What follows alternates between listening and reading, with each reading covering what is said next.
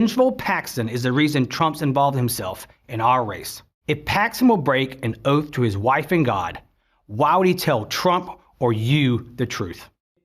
In a new campaign ad, Texas House Speaker Dade Phelan is defending what could be one of the biggest threats to his re-election, the impeachment of Attorney General Ken Paxton.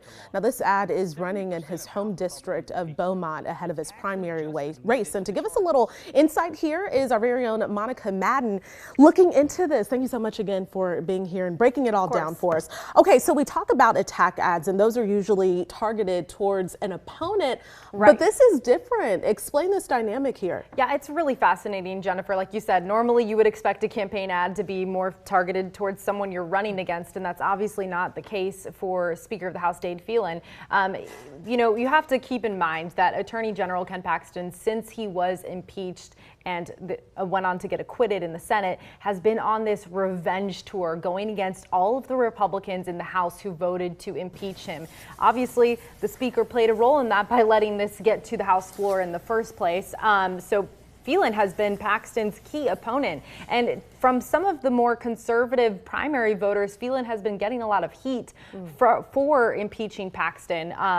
And so I think what we're really seeing is almost a defensive posturing of the Speaker, who might be concerned that his seat is not a given with all of the heat that he is facing, especially as you have former President Donald Trump endorsing Phelan's challenger.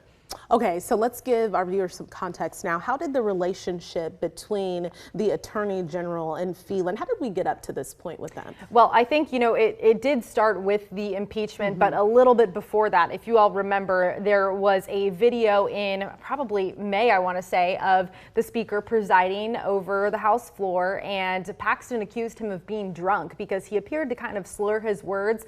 A lot of Phelan supporters note that this was after a 14-hour workday on the House floor. He often kind of mumbles if you listen to the House floor anyway. So he had never really confirmed or denied that, but Paxton accused him of being drunk. And that is when, like hours after that, is when the articles of impeachment were being announced against Paxton. So supporters of Phelan said that that was just a distraction tactic, but that's really where you started to see that direct, you know, attack on each other. Of course, all of this only escalated after the House went on to impeach Paxton, and then, you know, he has made the Speaker his primary target in these primary races. Okay, so has the Attorney General responded yet to this campaign ad? He has not responded directly. I reached out to a campaign spokesperson but did not hear back directly.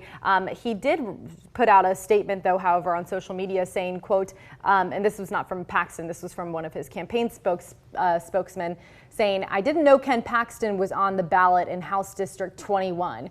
It's a bizarre and desperate ad. When you're running ads like this 2 weeks before early voting, it's a clear sign that the Speaker's re-election is in trouble." So definitely a lot of interesting dynamics to watch as voters start to head to the poll, Jen. Yeah, and I know you'll be tracking the back and forth for us. Monica, always good to have you here.